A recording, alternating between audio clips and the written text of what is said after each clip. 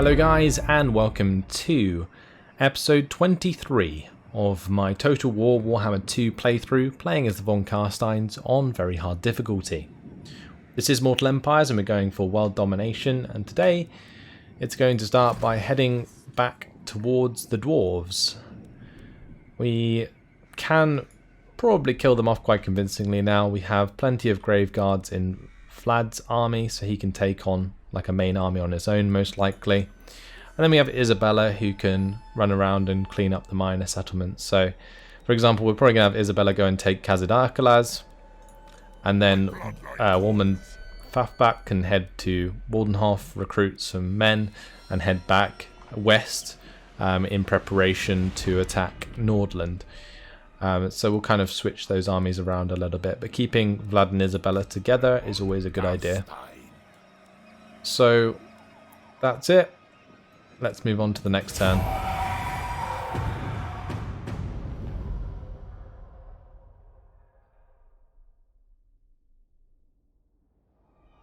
And she's going to continue to move through those mountains. The Misty Mountain there, certainly looking full of lava.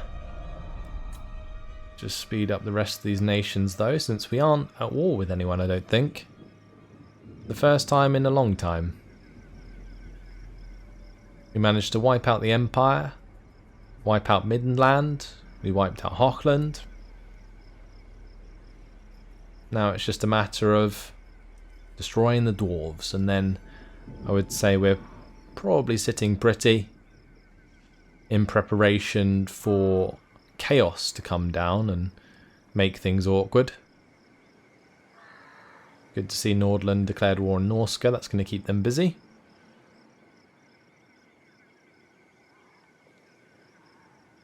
What I am actually going to do is look into some of my missions. I think we have quite a few to complete, and we can probably complete them now. That mission failed, which is fine. Vlad's got engineer, which is good. Brayherds have come. They are up north. Influence from Nagash is going to give us plus 30% campaign movement range. Despite the vampire's hatred of Nagash, his influence is inextricably linked to all creatures of undeath. Some say his dread soul is abroad, bound to a lost relic until a vessel can be found. Until then, his whispering can be occasionally heard upon the ethereal winds, augmenting undead puppets with a jerky speed. So yeah, we have the Carstein Ring, Blood Drinker, and we also have the Blood Chalice to complete. And we can raid Talabheim this turn, actually. We may as well do that. We move into Talabheim.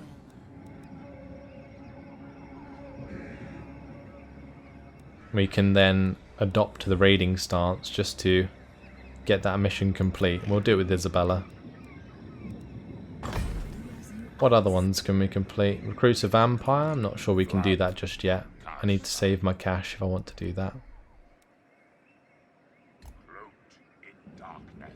Actually, let's move towards Essen with Vlad, and that way we'll complete the Blood Chalice of Bathory part. That's good. And I think we may as well just wait one more turn, right, and get the 10k to build the vampire crypts, and then we can actually recruit that vampire in order to complete the mission as well.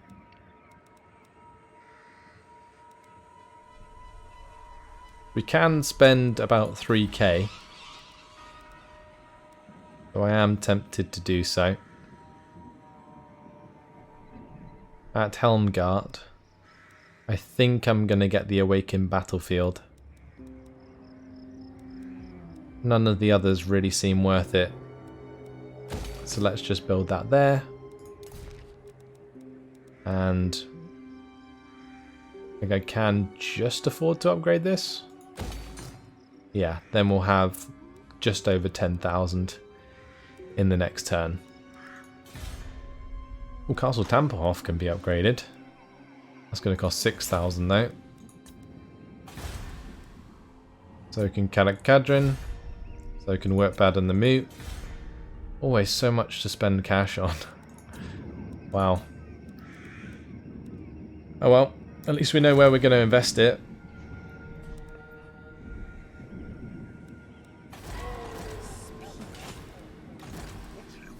Let's end the turn. Before we do, I'm actually just going to move my Banshee personally. So that we don't have to wait for it to slowly scroll over.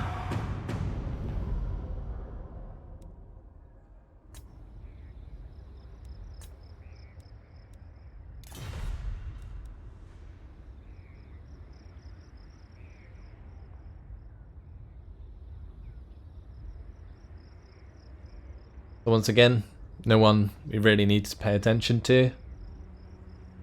We can just admire the landscape as the turn flies past.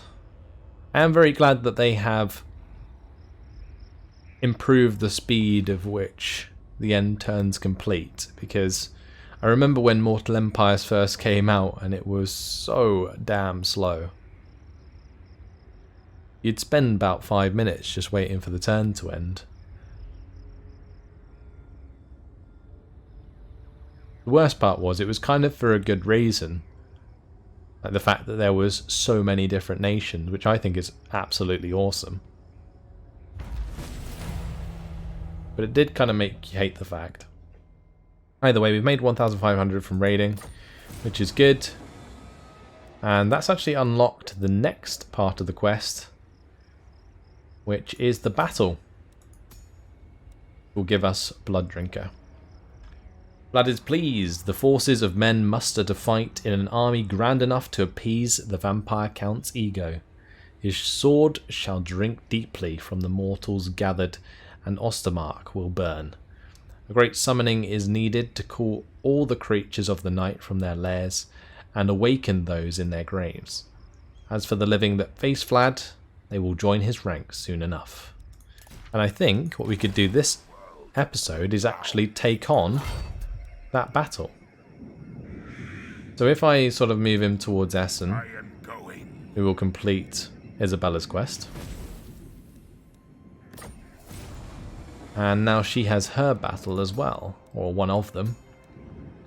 The beastmen are arrayed in their usual fashion, a random collection of hooves and grunts that bear no discernible sense of order, dangerous yet chaotic. And there is something different about them this time. They hum with an unnatural radiance, shining with an entirely disconcerting power. Yet despite this, Isabella will not allow them to best her. She will drive them back, destroy them, and from their broken bones and bloodied horns, discover their secrets. So this is Goreherd. There's some Bestigors, Centaurs with great weapons, Minotaurs. There is, I think that's a Gorbel. That's a pretty nasty army.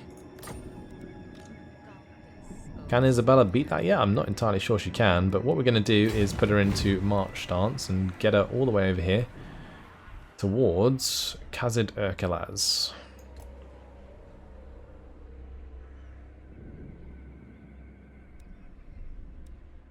Okay, let's spend this cash in Castle Drakenhof on the Vampire Crypts. And then that's pretty much it. We'll just save the rest of the money, I think, so that I can put it towards upgrading Castle Tempelhof. But what we can do is play out this battle. Let's teleport. Time to take on the Empire. Let's fight this on the battle map.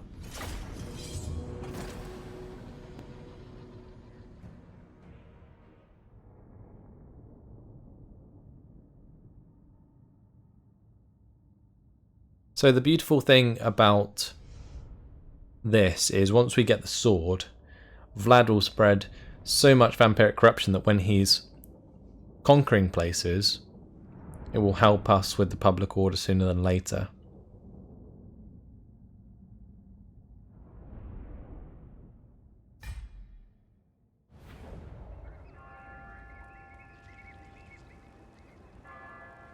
I have not seen such a pathetic sight since mine father-in-law Otto took his last breath. Is this all that thine empire can muster? What a pitiful age this is. It makes me ponder for the era of worthy foes such as Wilhelm or that wolf knight Kruger. Not this pathetic squabble of mortal men. Yet my sword thirsts, and so it shall be slaked in the blood of living fools that think to challenge the might of von Carstein. Let the slaughter begin!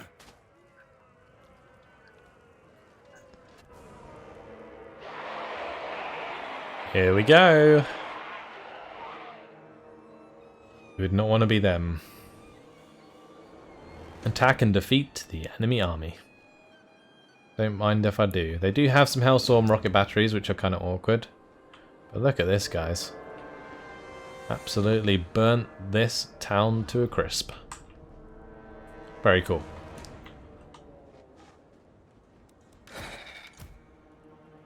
So I guess we kind of line up like so. Actually, we can just line up straight down here, can't we?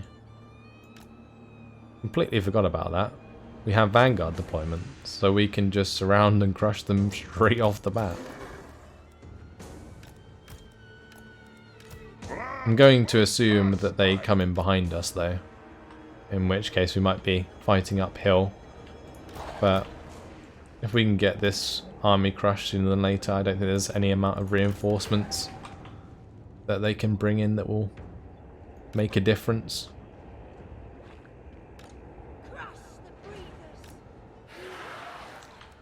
Okay, so we're just going to group these guys up, and we're just going to give them an attack order.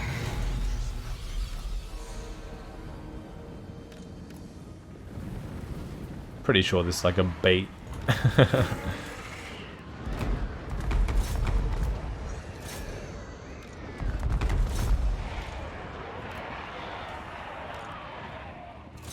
them! At once!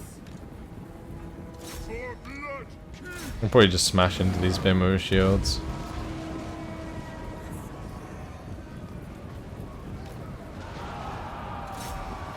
Yep, they're gone.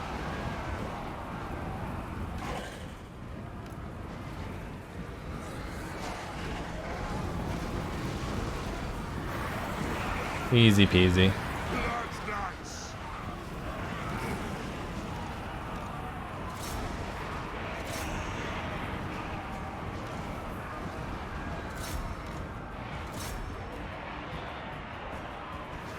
That's pretty much it.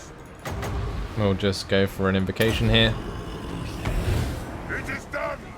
Wow. Both our guys took a lot of damage.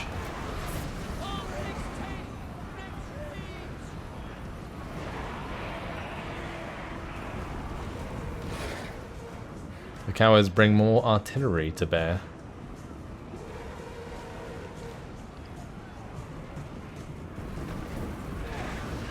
Really?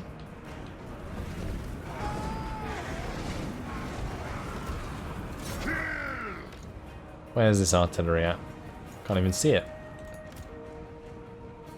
Just those handgunners, which we're going to charge into.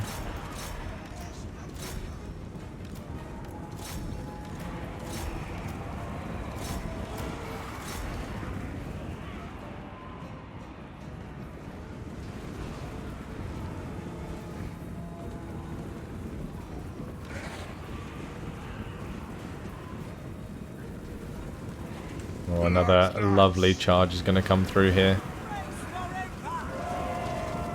Go on, Blood Knights. Send them flying. Love it.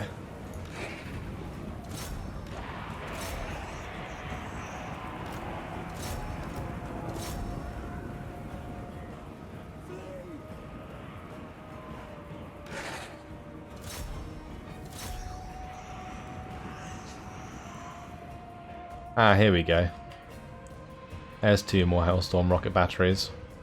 A couple of Empire Knights. Some Spearmen in there. That is fine. All shall perish!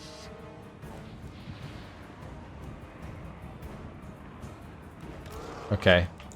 So let's get Vlad to heal up these guys, and then we'll have them go kill off the Hellstorm rocket batteries. I'll have the Blood Knights smash into the Empire Knights with a couple of these Black Knights.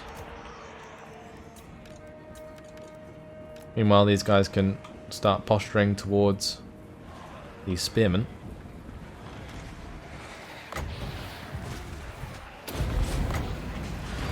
Darkness reigns. We surpass Nagash.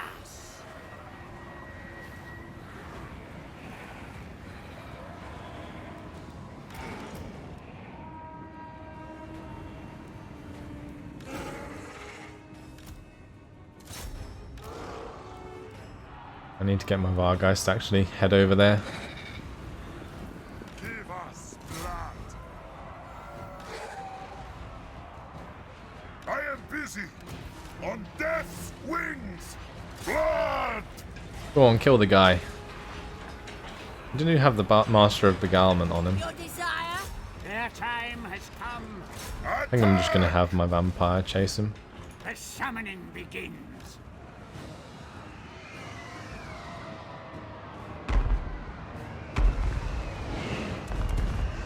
Artillery has some range, doesn't it?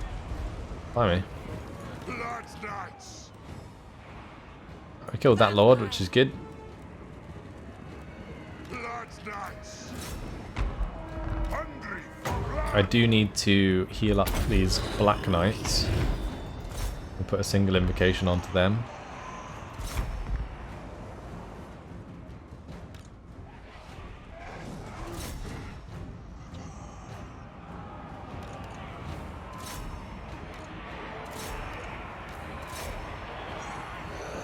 We're just going to smash into these Spearmen. They're nothing special. They don't even have shields. The gods have abandoned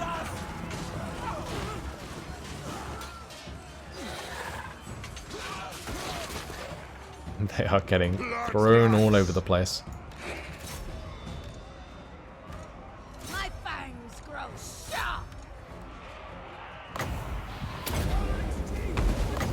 We are immortal.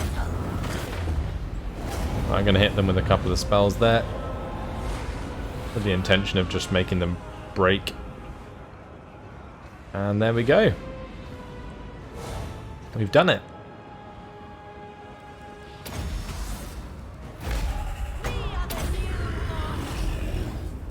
Just get that invocation going. Speed it up a little bit so they heal. And we shall end the battle.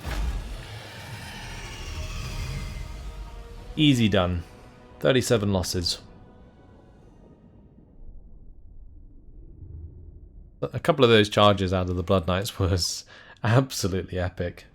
But that is, you know, the whole battle done and the quest done, so Vlad gets his blade quenched.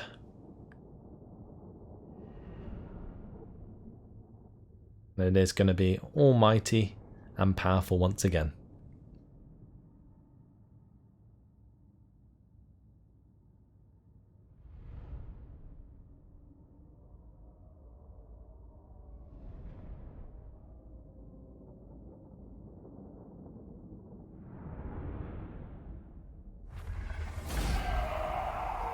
Quest complete.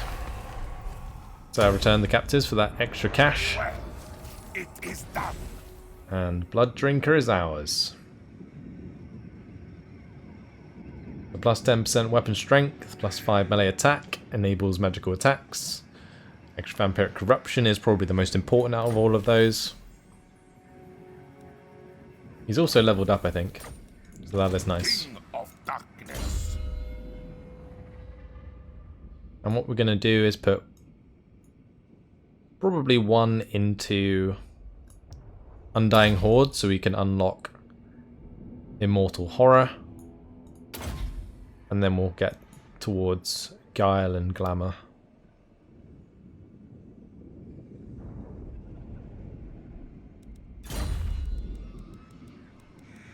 And one thing I am going to do while I'm here is try and kit out my vampires.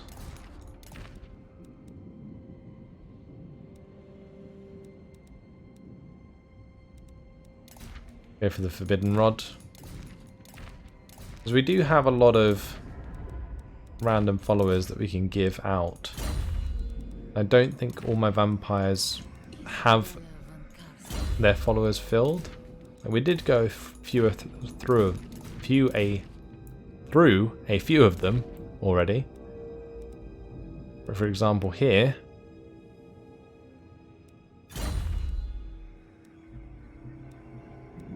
this is the one that's good in melee, isn't it? We can give her the fencer blades. Probably also worth giving her maybe the trickster's shard. And that is fine. What about our other one? She would be better off, I think, with the shrieking blade. And for a casting item, the earthing rod. Isabella herself is all good, I think. What about Millard or Milland?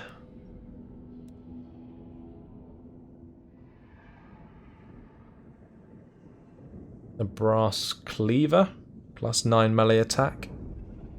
Area around self. Pretty good.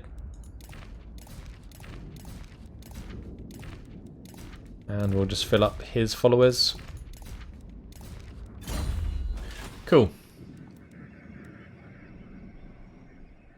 So we have quite a lot of cash left. I think what we're going to do is actually put it towards upgrading the moot this turn, because then I can get level 3 walls here sooner than later. And since we are in a pretty good position here with this army, we're going to actually start heading him back. Let's march him. That's still going to be +4 public order, even though he's not in the settlement. Now at Kazidurkalas, I'm not sure if the rebellion actually hit them. I don't think it did. So that's a shame. But either way, Vlad, now he's completed that battle, can jump into march stance and head down towards probably Zufbar. That will be our first target.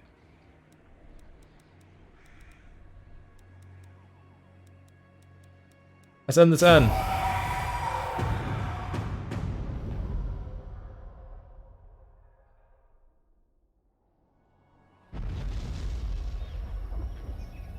So the task of my Banshee right now is just to explore its way back north, find the positions of all the settlements and so on, and who controls them.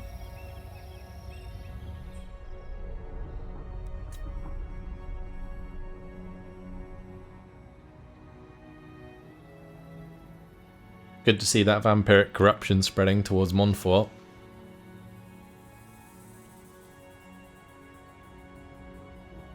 That's something that should be happening in all of our neighbouring provinces, really. Especially from Altdorf, actually, because we've upgraded the Balefire Brazier, I think.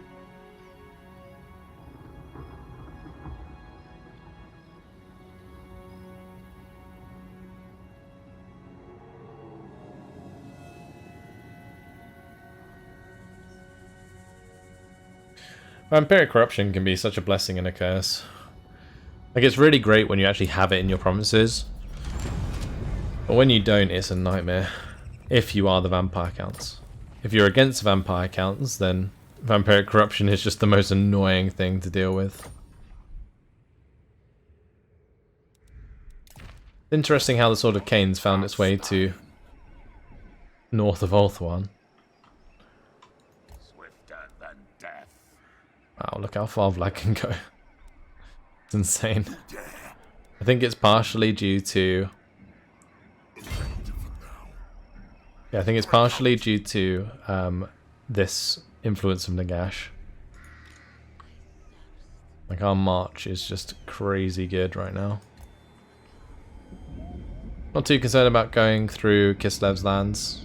I'm quite happy to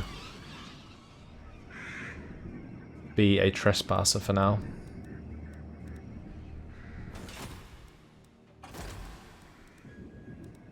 Yeah, we did upgrade this to the Balefire Hearth, which is good.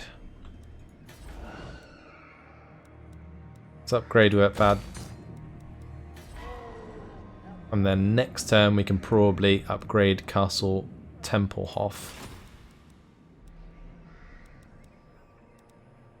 Definitely getting to the point where you have enough cash to support another full army, so that's what Warmond is waiting to take.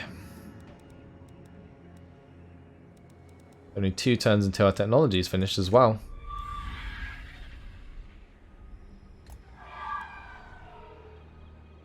Right, we'll end the turn there. And we shall speed through it again.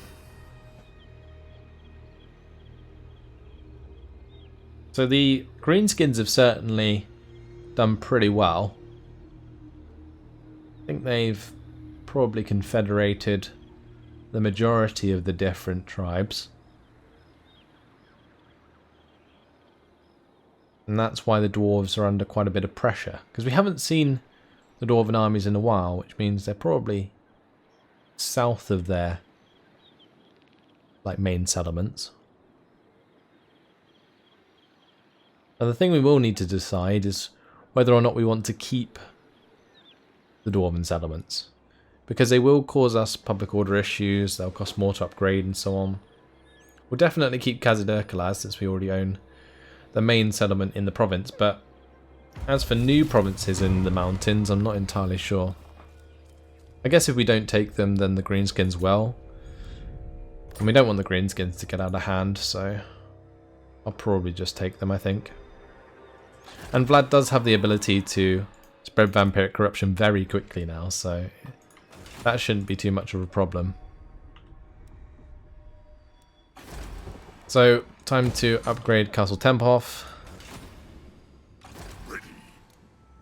And it's time to get Warmond into Waldenhof, so that he can recruit himself some Graveguard. We can't get a lot of them, so we'll just have to go with that for now. Might also be worth getting him a corpse cart. Let's do it. The world will drown in blood. Okay, do we declare war on the dwarves? I feel like we do. This garrison's pretty scary though, in Zufbar. We will be able to attack them straight away, but we will have to break through 2 units of Iron Breakers. And they've got 30 melee attack and 68 melee defense. Vlad von Carstein. And our melee attack actually matches them, but the fact they have so much more defense is going to make things really awkward. What do you want? Maybe we can wait until Isabella's in position, since she nearly is.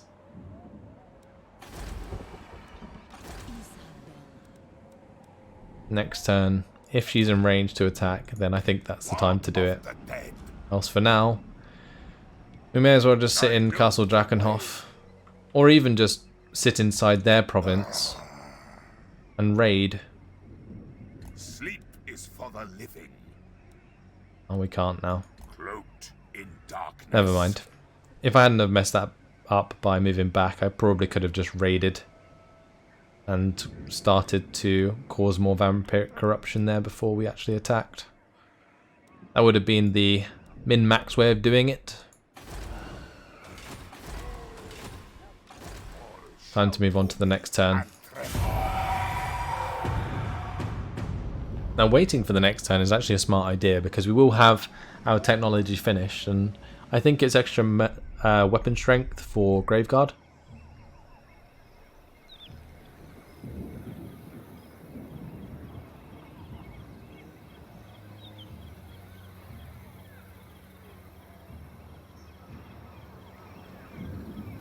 The Crooked Moon, I don't think they like us much anymore.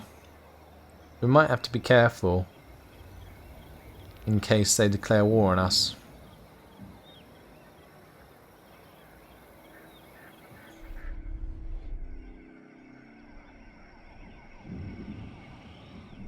Saying that, we will have Warmond head back that way soon enough once he's recruited himself some new dudes. Look at them taking that attrition. Love it.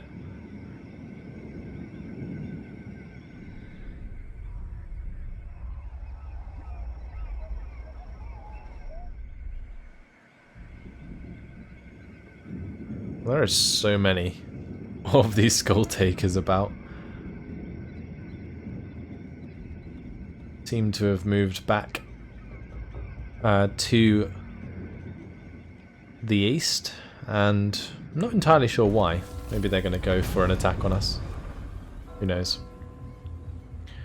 But that's going to be extra weapon strength for Graveguard and Black Knights, and now we're going for Dread Animator, which is minus upkeep for Graveguard and Black Knights. And extra armor as well.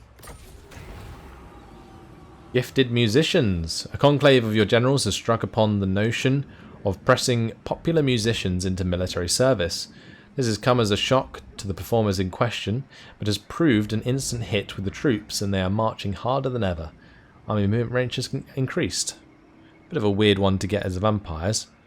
Not sure if like skeletons and stuff would really care about music, but there we go. Von Carstein. Can Isabella hit Kazaderkalas?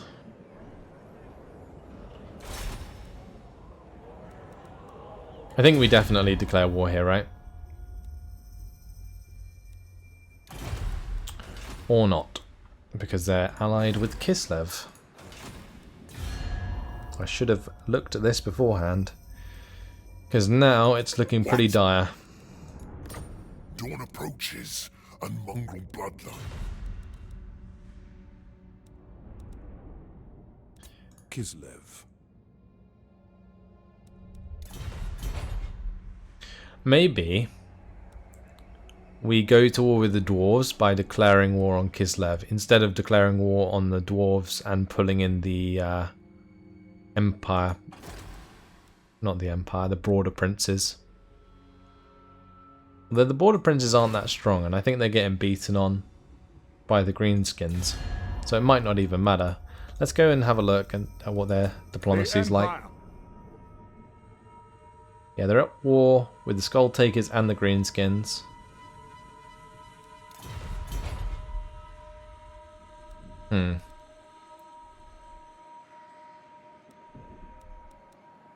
Is it time to attack Kislev? To me it seems a bit silly to attack Kislev, because they are currently the second line of defense behind Norska when it comes to chaos.